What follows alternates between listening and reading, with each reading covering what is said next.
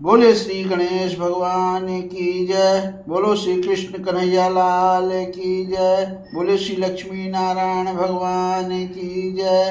बोले राजा रामचंद्र दरबार की जय। बोले उमापति महादेव की जय। बोले अम्बे मात की जय। बोले हनुमान जी स्वामी महाराज की जय। आप सभी मेरे प्यारे भाई बहन और दोस्तों का हमारे YouTube चैनल पर आप सभी का स्वागत है। आज हम श्रीमद् भागवत महापुराण की कथा चतुर्थ स्कंध अथ 9वां अध्याय की कथा सुनाएंगे। इसके हमारे पीछे के पाठ में आपके कथा में सुने होंगे ध्रुव का वन गमन। वो बहुत सुंदर कथा थी। कहते हैं कि भगवान जिन पर कृपा हो जाए तो वो आदमी तर जाता है। वही हाल है बालक ध्रुव का हुआ है, क्योंकि जो उसके पिताजी थे उस्तानपाद, तो उनको बिल्कुल ध्रुव को नहीं मानते थे। एक दिन अचानक वो गए, देखे उनके जो दो माताएं थी, तो जो एक माता थी सुरुचि, तो उनका एक पुत्र था, वो उस्तानपाद के महाराज के गोद में बैठे खेल रहा था। तो ध्रुव भी बहुत छोटे बालक थे, 5 साल के। तो उनको भी लगा कि हम अपने पिताजी की गोद में बैठकर मुझे भी थोड़ा लाड़ प्यार करें। तो उन्होंने जाके पिताजी से कहा, लेकिन पिताजी बहुत कम मानते थे। उस समय उनकी जो दूसरी माता थी उन्हें बहुत भला बुरा कहा। तो ध्रुव आए और अपनी माता सुनीति से बताए। तो फिर वो वन प्रस्थान के लिए निकल पड़े। वहाँ नारद जी मिले। नारद जी ने कैसे भगवान को प्राप्ति करने का बहुत सरल उपाय बताया। वो आप भी कर सकते हैं, आप भी भगवान का दर्शन पा सकते हैं। मैंने बहुत अच्छी तरह से वो कथा में मैंने उपाय बताया है, तो आप लोग कृपा करके आप जरूर सुनना। और आज हमारी कथा है ध्रुव का वर पाकर घर लौटना। अब यहाँ श्री मैत्रेय जी कहते हैं, विदुर जी, भगवान के इस प्रकार आश्वासन देने से देवताओं का भय जाता रहा और वे उन्हें प्रणाम करके स्वर्गलोक को चले गए। अपने भक्त को देखने के लिए मधुवन में आए। उस समय ध्रुव जी तीव्र योगाभ्यास से एकाग्र हुई बुद्धि के द्वारा भगवान की बिजली के समान दीप्यमान जिस मूर्ति का अपने हृदय कमल में ध्यान कर रहे थे, वह सहसा विलीन हो गई। इससे घबराकर उन्होंने ज्यों ही नेत्र खोले कि भगवान के उसी रूप को बाहर अपने सामने खड़ा देखा। प्रभु का दर्शन पाकर बालक ध्रुव को बड़ा कुतूहल हुआ। वे प्रेम के अधीर हो गए। उन्होंने पृथ्वी पर दंड के समान लौटकर उन्हें प्रणाम किया। फिर वे इस प्रकार प्रेम भरी दृष्टि से उनकी ओर देखने लगे मानो नेत्र से उन्हें पी जाएंगे, मुख से चूम लेंगे और भुजाओं में कस लेंगे। वे हाथ जोड़े प्रभु के सामने खड़े थे और उनकी स्तुति करना चाहते थे, परंतु किस प्रकार करे यह नहीं जानते थे। सर्वंत्यामी हरि उनके मन की बात जान गए। उन्होंने कृपा पूर्वक अपने वेदमय शंख को उनके गाल से छुआ दिया। ध्रुव जी भविष्य में अविचल पद प्राप्त करने वाले थे।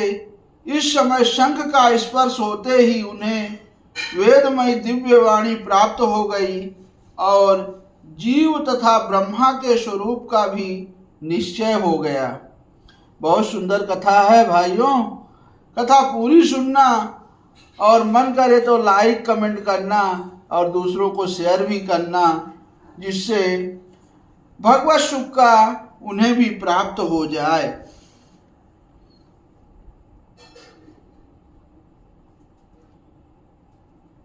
अब ध्रुव जी धैर्य पूर्वक विश्व विख्यात कीर्तिमान श्रीहरि की स्तुति करने लगे।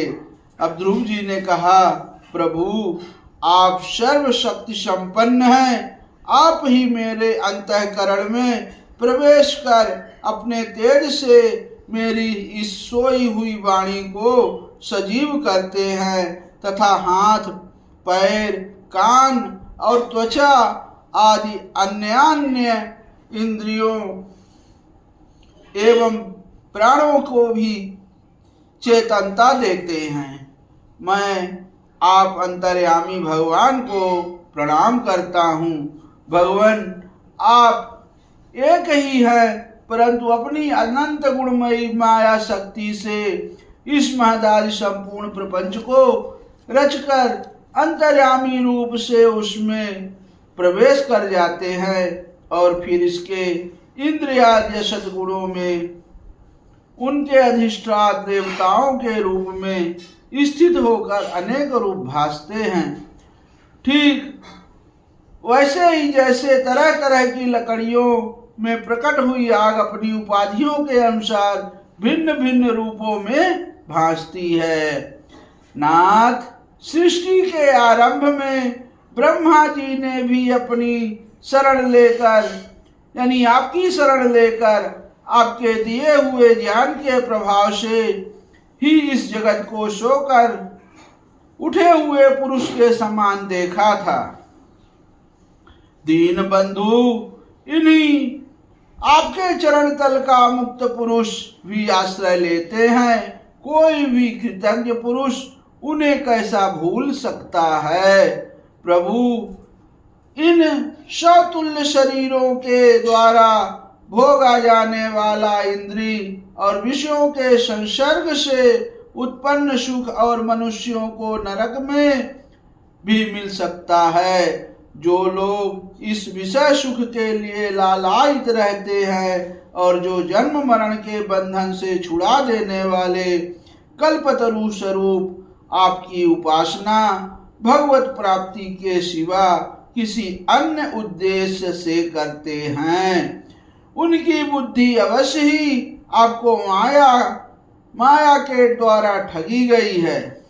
नाथ, आपके चरण कमलों का ध्यान करने से और आपके भक्तों के पवित्र चरित्र सुनने से प्राणियों को जो आनंद प्राप्त होता है वह निज आनंद स्वरूप ब्रह्मा में भी नहीं मिल सकता।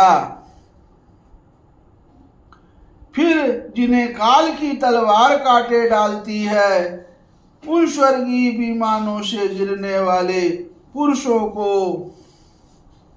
तो वह सुख मिल ही कैसे सकता है। बहुत सुंदर बात। अब अनंत परमात्मन, मुझे तो आप उन विशुद्ध हृदय महात्मा भक्तों का संग दीजिए जिनका आप में अविच्छिन्न भक्ति भाव है। उनके संगम में मैं आपके गुणों और लीलाओं की कथा सुधा को पी पी कर उन्मत्त हो जाऊंगा और सहज ही इस अनेक प्रकार के दुखों से पूर्ण भयंकर संसार सागर के उस पार पहुंच जाऊंगा। कितनी सुंदर बात। अब कमलनाथ प्रभु, जिनका चित्त आपके चरण कमल की सुगंध में लुभाया हुआ है, उन महानुभावों का जो लोग संग करते हैं वो अपने इस अत्यंत प्रिय शरीर और इसके संबंधी पुत्र, मित्र, गृह और स्त्री आदि की सुध भी नहीं करते। जय हो। अब आगे प्रार्थना कर रहे हैं ध्रुव जी कि अजन्मा परमेश्वर, मैं तो पशु, वृक्ष, पर्वत, पक्षी, सर्प आदि रेंगने वाले जन, देवता, दैत्य और मनुष्य आदि से परिपूर्ण तथा महदादि अनेकों कारणों से संपादित आपके इस सदशात्मक स्थूल विश्व रूप को ही जानता हूँ। इससे परे जो आपका परम स्वरूप है, जिसकी वाणी की गति नहीं है, उसका मुझे पता नहीं। अब भगवान कल्प का अंत होने पर योग निद्रा में स्थित जो परम पुरुष इस संपूर्ण विश्व को अपने उदर में लीन करके शेष जी के साथ उन्हीं की गोद में शयन करते हैं तथा जिनके नाभि समुद्र से प्रकट हुए सर्वलोकमय सुवर्ण वर्ण कमल से परम तेजोमय ब्रह्मा जी उत्पन्न हुए, वे भगवान आप ही हैं। मैं आपको प्रणाम करता हूँ। प्रभु, आप अपनी अखंड चिन्मय दृष्टि से बुद्धि की सभी अवस्थाओं के साक्षी हैं तथा नित्य मुक्त शुद्ध सत्वमय सर्वज्ञ परमात्मा स्वरूप निर्विकार आदि पुरुष क्षणैश्वर्य संपन्न एवं तीनों गुणों के अधीश्वर हैं। आप जीव में सर्वथा भिन्न हैं तथा संसार की स्थिति के लिए यज्ञ अधिष्ठाता विष्णु रूप से विराजमान हैं। आप ही विद्या अविद्या आदि विरुद्ध गतियों वाली अनेकों शक्तियां धारावाहिक रूप में निरंतर प्रकट होती रहती हैं। आप जगत के कारण अखंड अनादि अनंत आनंदमय निर्विकार ब्रह्म स्वरूप हैं। मैं आपकी शरण हूँ। भगवान, आप परमानंद मूर्ति हैं। जो लोग ऐसा समझकर निष्काम भाव से आपका निरंतर भजन करते हैं, उनके लिए राज्य आदि भोगों की अपेक्षा आपके चरण कमलों की प्राप्ति ही भजन का सच्चा फल है। स्वामी, यद्यपि बात ऐसी ही है तो भी मैं गौ जैसे अपने तुरंत के जन्मे हुए बछड़े को दूध पिलाती और व्याघ्रादि से बचाती रहती है, उसी प्रकार आप भी भक्तों पर कृपा करने के लिए निरंतर विकल रहने के कारण हम जैसे सकाम जीवों को भी कामना पूर्ण करके उनकी संसार भय से रक्षा करते हैं। अब यहाँ श्री मैत्रेय जी कहते हैं कि विदुर जी, जब शुभ संकल्प वाले मतिमान ध्रुव जी ने इस प्रकार स्तुति की तथा भक्त वत्सल भगवान उनकी प्रशंसा करते हुए कहने लगे। अब श्री हरि नारायण क्या कह रहे हैं कि उत्तम व्रत का पालन करने वाले राजकुमार, मैं तेरे हृदय का संकल्प जानता हूँ। यद्यपि उस पद का प्राप्त होना बहुत कठिन है, तो भी मैं तुझे वह देता हूँ, तेरा कल्याण हो। भद्र, जिस तेजोमय अविनाशी लोक को आज तक किसी ने प्राप्त नहीं किया, जिसके चारों ओर ग्रह नक्षत्र और तारागण रूप ज्योतिष चक्र उसी प्रकार चक्कर काटता रहता है, जिस प्रकार मेढ़ी के चारों ओर दौरी के बैल घूमते रहते हैं, अवंतर कल्प पर्यंत रहने वाले अन्य लोकों का नाश हो जाने पर भी जो स्थिर रहता है तथा तारागण के सहित धर्म, अग्नि, कश्यप और शुक्र आदि नक्षत्र एवं सप्तर्षिगण जिसकी प्रदक्षिणा किया करते हैं, वह ध्रुव लोक मैं तुझे देता हूँ। जय हो। यह भी जब मेरे पिता तुझे राज सिंहासन देकर वन को चले जाएंगे, तब तू 36,000 वर्ष तक धर्म पूर्वक पृथ्वी का पालन करेगा। देखिए यहाँ ध्रुव ने आशीर्वाद ध्रुव को मिला हुआ है कि 36,000 वर्ष तक पृथ्वी का धर्म पूर्वक पालन करेगा। मतलब 36,000 तक यहाँ साल उन्होंने राज्य किया है। तेरी इंद्रियों की शक्ति ज्यों की त्यों बनी रहेगी। आगे चलकर किसी समय तेरा भाई उत्तम शिकार खेलता हुआ मारा जाएगा। तब उसकी माता सूची पुत्र प्रेम में पागल होकर उसे वन में खोजती हुई दावानल में प्रवेश कर जाएगी। यज्ञ प्रिय मेरी प्रिय मूर्ति है। तू अनेकों बड़ी बड़ी दक्षिणाओं वाले यज्ञों के द्वारा मेरा यजन करेगा तथा वहां उत्तम उत्तम भोग कर अंत में मेरा ही स्मरण करेगा। इससे तू अंत में संपूर्ण लोकों के वंदनी और सप्तर्षियों से भी ऊपर मेरे निज धाम को जाएगा, जहां पहुंच जाने पर फिर संसार में लौटकर नहीं आना होता। वह है वैकुंठ धाम। बहुत सुंदर कथा है दोस्तों। अब आगे की कथा है।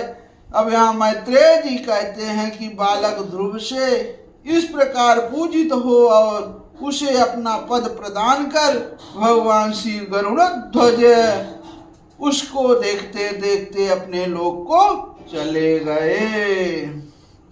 अब प्रभु की चरण सेवा से संकल्पित वस्तु प्राप्त हो जाने के कारण यद्यप ध्रुव जी का संकल्प तो निर्वृत्त हो गया, किंतु उनका चित्त विशेष प्रसन्न नहीं हुआ। फिर वे अपने नगर को लौट गए। अब यहाँ विदुर जी पूछ रहे हैं मैत्रेय जी से कि ब्राह्मण मायापति श्री हरि का परम पद तो अत्यंत दुर्लभ है और मिलना भी उनके चरण कमलों की उपासना से ही है।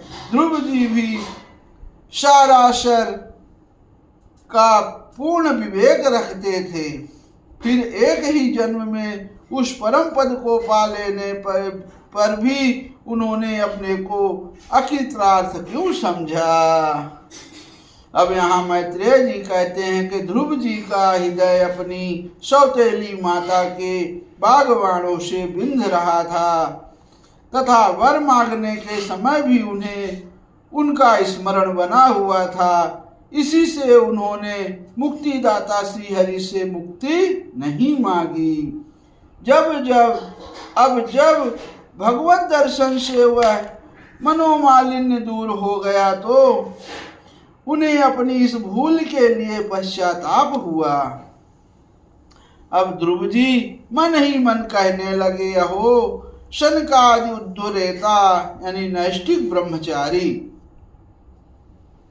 सिद्ध भी जिन्हें समाधि द्वारा अनेक जन्मों में प्राप्त कर पाते हैं, उन भगवत चरणों की छाया को मैं 6 महीने में ही पा लिया, किंतु चित्त से दूसरी वासना रहने के कारण मैं फिर उनसे दूर हो गया।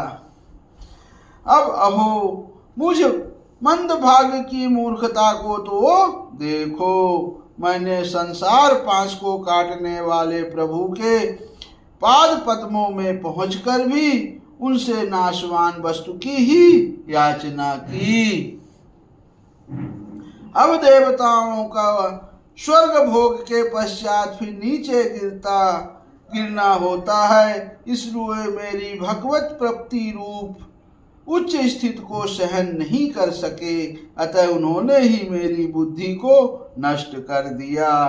तब तो मुझ दुष्ट ने नारद जी की यथार्थ बात भी स्वीकार नहीं की। यद्यप संसार में आत्मा के सिवा दूसरा कोई भी नहीं है, तथा सोया हुआ मनुष्य जैसे स्वप्न में अपने ही कल्पना किए हुए व्याघ्रादि से डरता है, उसी प्रकार मैंने भी भगवान की माया से मोहित होकर भाई को ही शत्रु मान लिया और व्यर्थ ही द्वेष रूप हार्दिक रोग से जलने लगा। जिन्हें प्रसन्न करना अत्यंत कठिन है, उन्हीं विश्वात्मा श्री हरि को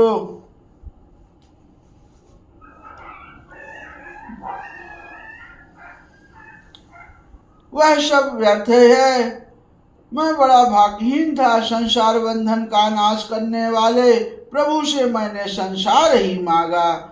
मैं बड़ा ही पुण्यहीन हूँ। जिस प्रकार कोई कंगला किसी चक्रवर्ती सम्राट को प्रसन्न करके उसे तुझ सहित चावलों की कनी मांगे, उसी प्रकार मैंने भी आत्मानंद प्रदान करने वाले श्री हरि से मूर्खतावश व्यर्थ का अभिमान बढ़ाने वाले उच्च पदार्थ ही मांगे हैं। अब श्री मैत्रेय जी कहते हैं कि तात, तुम्हारी तरह जो लोग श्री मुकुंद पादारविंद मकरंद के ही मधुकर हैं, जो निरंतर प्रभु की चरण रज का ही सेवन करते हैं और जिनका मन अपने आप लाई हुई सभी परिस्थितियों में संतुष्ट रहता है, वे भगवान से उनकी सेवा के सिवा अपने लिए और कोई भी पदार्थ नहीं मांगते हैं। इधर जब राजा उत्पानपाद ने सुना कि उनका पुत्र ध्रुव घर लौट रहा है, तो उन्हें इस बात पर वैसे ही विश्वास नहीं हुआ जैसे कोई किसी के यमलोक से लौटने की बात पर विश्वास ना करे। उन्होंने यह सोचा कि मुझे अभागे का ऐसा भाग्य कहाँ, परंतु फिर उन्हें देवर्ष नारद की बात याद आ गई। इससे उनका इस बात से विश्वास हुआ और वे आनंद के वेग से अधीर हो उठे। उन्होंने अत्यंत प्रसन्न होकर यह समाचार लाने वाले को एक बहुमूल्य हार दिया। राजा उत्पानपाद ने पुत्र का मुख देखने के लिए उत्सुक होकर बहुत से ब्राह्मण कुल के बड़े बूढ़े मंत्री और बंधुजनों को साथ लिया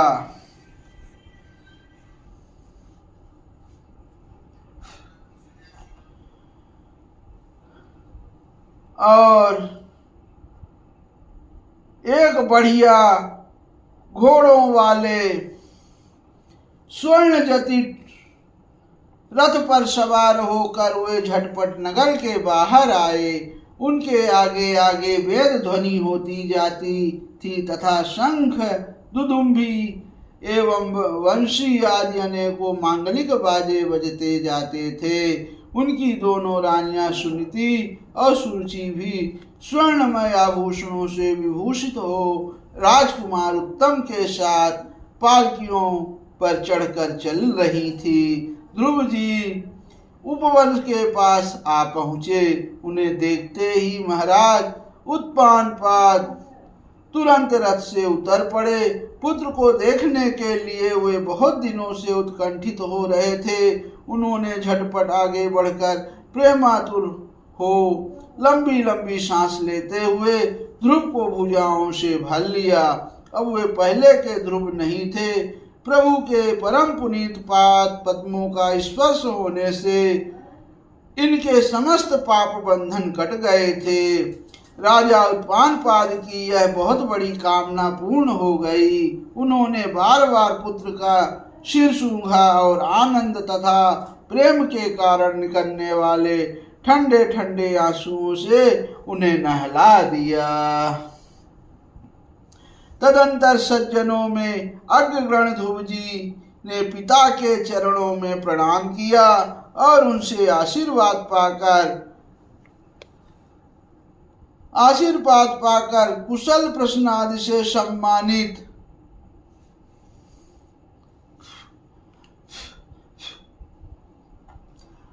हो दोनों माताओं को प्रणाम किया। छोटी माता सुरुचि ने अपने चरणों पर झुके हुए बालक ध्रुव को उठाकर हृदय से लगा लिया और अश्रु गदगद वाणी से चिरंजीवी रहो ऐसा आशीर्वाद दिया। जिस प्रकार जल स्वयं ही नीचे की ओर बहने लगता है, उसी प्रकार मैत्री आदि गुणों के कारण जिस पर श्री भगवान प्रसन्न हो जाते हैं, उसके आगे सभी जीव झुक जाते हैं। इधर उत्तम और ध्रुव दोनों ही प्रेम से विह्वल होकर मिले। एक दूसरे के अंगों का स्पर्श पाकर उन दोनों के ही शरीर में रोमांच हो आया तथा नेत्रों से बार बार आंसुओं की धारा बहने लगी। ध्रुव की माता सुनीति अपने प्राणों से भी प्यारे पुत्र को गले लगाकर सारा संताप भूल गई। उसके सुकुमार अंगों के स्पर्श से उसे बड़ा ही आनंद प्राप्त हुआ। वीरवर विदुर जी वीर माता सुनीति के स्तन उसके नेत्रों से झरते हुए मंगलमय आनंद राशुओं से भीग गए और उनसे बार बार दूध बहने लगा। उस समय पूर्ववासी लोग उनकी प्रशंसा करते हुए कहने लगे, महारानी जी, आपका लाल बहुत दिनों से खोया हुआ था, सौभाग्यवश अब वह लौट आया। यह हम सबका दुख दूर करने वाला है, बहुत दिनों तक भूमंडल की रक्षा करेगा। आपने अवश्य ही शरणागत भय भंजन श्री हरि की उपासना की है। उनका निरंतर ध्यान करने वाले धीर पुरुष परम दुर्जय मृत्यु को भी जीत लेते हैं। विदुर जी, इस प्रकार जब सभी लोग ध्रुव के प्रति अपना लाड़ प्यार प्रकट कर रहे थे, उसी समय उन्हें भाई उत्तम के सहित हथनी पर चढ़ाकर महाराज उत्पानपाद ने बड़े हर्ष के साथ राजधानी में प्रवेश किया। उस समय सभी लोग उनके भाग्य की बड़ाई कर रहे थे। नगर में जहां तहां मगर के आकार के सुंदर दरवाजे बनाए गए थे तथा फल फूलों से गुच्छों के सहित केले के खंभे और सुपारी के पौधे सजाए गए थे। द्वार द्वार पर दीपक के सहित जल के कलश रखे हुए थे, जो आम के पत्तों, वस्त्रों, पुष्पमालाओं तथा मोती की लड़ियों से सुसज्जित थे। जिन अनेकों परकोटों, फाटकों और महलों से नगरी सुशोभित थी, उन सबको स्वर्ण की सामग्रियों से सजाया गया था तथा उनके कंगूरे विमानों के शिखरों के समान चमक रहे थे। नगर चौक, गलियों, अटारियों और सड़कों का झाड़ बुहार कर उन पर चंदन का छिड़काव किया गया था और जहां तहां खील, चावल, पुष्प, फल, जौ एवं अन्य मांगलिक उपहार सामग्रियां सजी रखी थी। ध्रुव जी राजमार्ग से जा रहे थे। उस समय जहां तहां नगर की शीलवती सुंदरियां उन्हें देखने को एकत्र हो रही थी। उन्हें वात्सल्य भाव से अनेकों शुभ आशीष देते हुए उन पर सफेद सरसों, अक्षत, दही, जल, दुर्वा, पुष्प और फलों की वर्षा की। इस प्रकार उनके मनोहर गीत सुनते हुए ध्रुव जी अपने पिता के महल में प्रवेश किया। अब वह श्रेष्ठ भवन महामूल्य मणियों की लड़ियों से सुसज्जित था। इसमें अपने पिताजी के लाड़ प्यार का सुख भोगते हुए वो उसी प्रकार आनंद पूर्वक रहने लगे जैसे स्वर्ग में देवता लोग रहते हैं। वहां दूध के फेन के समान सफेद और कोमल शैयाएं, हाथी दांत के पलंग, सुनहरी कामदार पर्दे, बहुमूल्य आसन और बहुत सा सोने का सामान था। उसकी स्फटिक और महामरकत मणि यानी पन्ने की दीवारों से रत्नों की बनी हुई स्त्री मूर्तियों पर रखे हुए मणिमय दीपक जगमगा रहे थे। उस महल के चारों ओर अनेक जाति के दिव्य वृक्षों से सुशोभित उद्यान थे, जिनमें नर और मादा पक्षियों का कलरव तथा मतवाले भंवरों का गुंजार होता रहता था। उन बगीचों में पुखराज की सीढ़ियों से सुशोभित वावलियां थी, जिनमें लाल, नीले और सफेद रंग के कमल खिल रहे थे तथा हंस, करंडव, चकवा एवं सारस आदि पक्षी क्रीड़ा करते रहते थे। राजा उत्तानपाद ने अपने पुत्र के अति अद्भुत प्रभाव की बात देवर्षि नारद से पहले ही सुन रखी थी। अब उसे प्रत्यक्ष वैसा ही देखकर उन्हें बड़ा आश्चर्य हुआ। फिर यह देखकर कि अब ध्रुव तरुण अवस्था को प्राप्त हो गए हैं, आमत्त वर्ग इन्हें आदर की दृष्टि से देखते हैं तथा प्रजा का भी उन पर अनुराग है, उन्होंने उन्हें निखिल भूमंडल के राज्य पर अभिषिक्त कर दिया और अपना वृद्धावस्था आई जानकर आत्मस्वरूप चिंतन करते हुए संसार से विरक्त होकर वन को चल दिए। इति श्रीमद्भागवते महापुराणे पारमहंस्यां संहितायां चतुर्थ स्कंधे ध्रुवराज्याभिषेक वर्णनानां नवमो अध्यायः समाप्तः। बोले श्री लक्ष्मी नारायण भगवान की जय। बोले श्री कृष्ण कन्हैया लाल की जय। दोस्तों, कहानी कैसी लगी आप कमेंट में जरूर बताना और शेयर करना, लाइक करना। बहुत अच्छी कथा है और इसके आगे का भी हम आपको अच्छी और इससे अच्छी कथा सुनाएंगे। उस कथा का नाम हम आपको अगले अपने वीडियो भाग में बताएंगे। तब तक के लिए आप सभी को मेरा जय श्री हरि मन नारायण भगवान की जय।